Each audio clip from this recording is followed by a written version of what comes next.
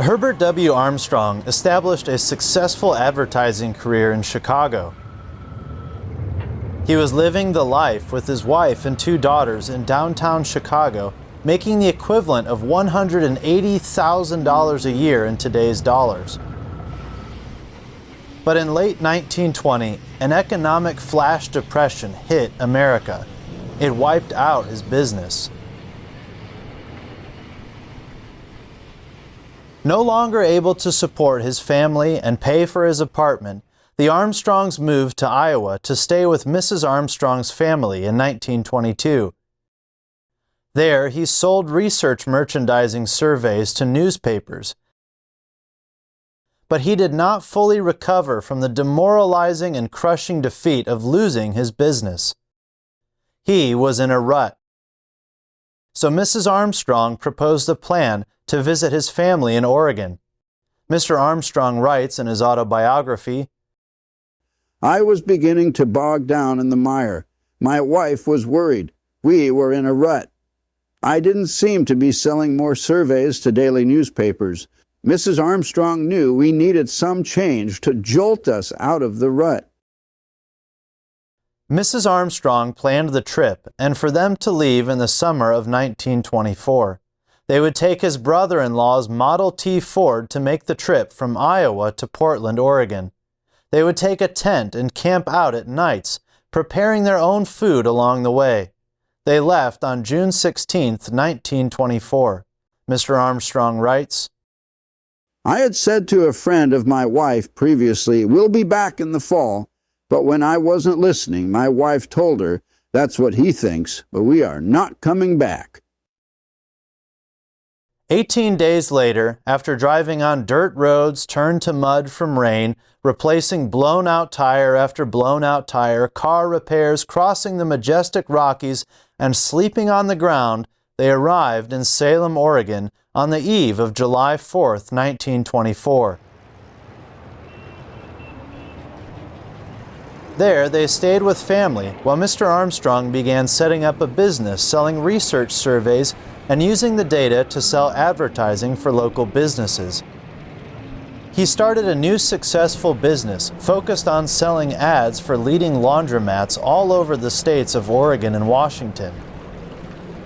He moved his family to Portland and was once again a successful self-employed advertiser with the promise of making millions. And then the bottom fell out.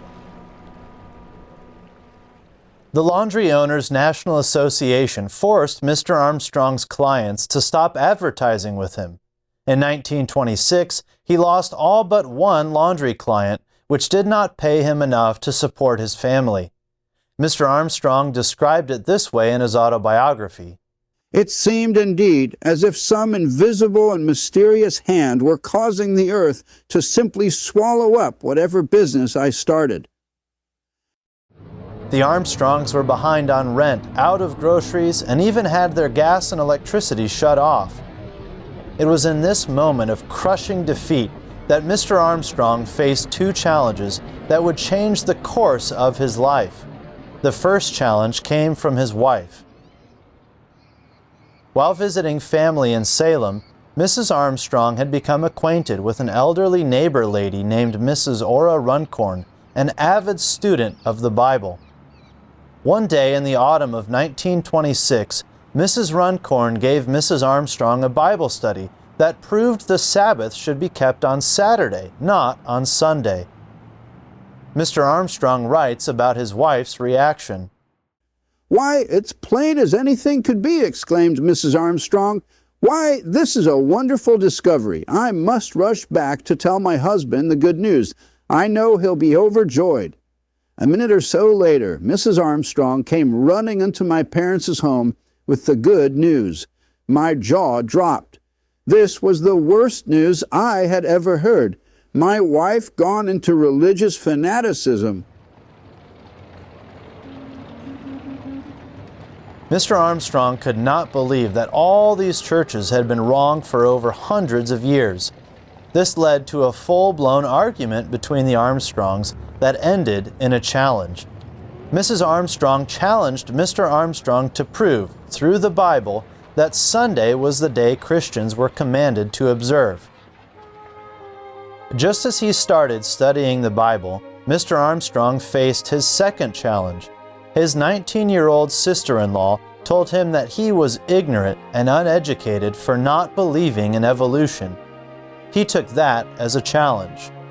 Mr. Armstrong wanted the truth, and with plenty of time on his hands, he started an in-depth study into the origin of man and the Sabbath.